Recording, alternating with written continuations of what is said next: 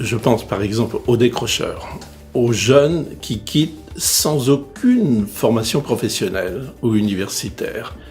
Là, nous avons à mettre en place un système de formation complémentaire, d'autant plus que les entreprises, parfois, cherchent des jeunes qualifiés qu'ils ne trouvent pas. Tout ce qui concerne les élèves en difficulté, les décrocheurs, puisque moi je suis professeur spécialisé dans le second degré. Donc ça c'est un thème que j'aimerais bien étudier ici à la mairie. On a les rythmes scolaires qui vont être mis en place, disons, pendant l'an prochain. Donc ça, c'est important aussi d'y travailler, que ce soit, disons, très bénéfique pour les enfants. Aujourd'hui, il y a de fortes demandes sur d'autres types d'activités sportives. On n'en a jamais assez, ça c'est clair. Il faut savoir que sur le précédent mandat, tous les équipements ont été rénovés. C'est un projet qu'on a inscrit dans un cadre d'un projet sportif local. Le constat donc opéré sur le mandat passé, c'est sans doute une saturation des créneaux, des équipements sportifs.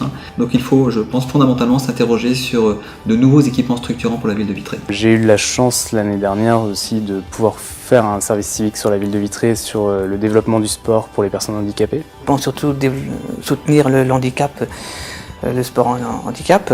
Il faut continuer à développer le sport pour tous, le sport santé. Permettre aux enfants d'être bien et à l'école évidemment, mais aussi dans leur vie de tous les jours, d'avoir accès au maximum de choses pour eux, pour en faire des adultes épanouis, bien dans leur vie et qui aient des racines aussi. Faire en sorte que chacun puisse participer à une activité extrascolaire. C'est un accès à la culture pour tous, alors là moi je suis vraiment persuadée de ça. Au niveau culturel, qu'est-ce qui manque à Vitré ? Peut-être une décentralisation un peu plus importante, c'est-à-dire qu'on a un centre culturel qui est comme une place forte, et je crois qu'on a intérêt aussi à faire descendre la culture dans la rue. Je crois que ça c'est une attente des Vitréens. Les jeunes ont besoin donc d'un accompagnement, mais aiment aussi lancer, organiser des manifestations. Les jeunes aiment qu'on leur donne également des responsabilités. Sur la jeunesse, je pense qu'on a encore des marges de progression.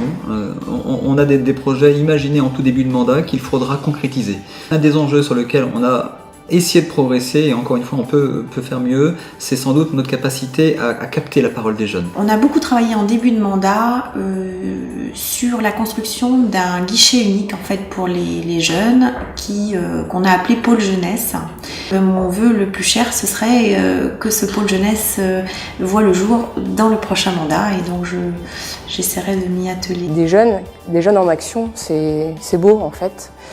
C'est beau, puis c'est surtout, il y a de la force dans ces jeunes. Ça va très vite, effectivement, les jeunes vont très vite, ils vont plus vite que nous. Leurs habitudes évoluent, leurs habitudes de communication, leurs habitudes de fonctionnement évoluent.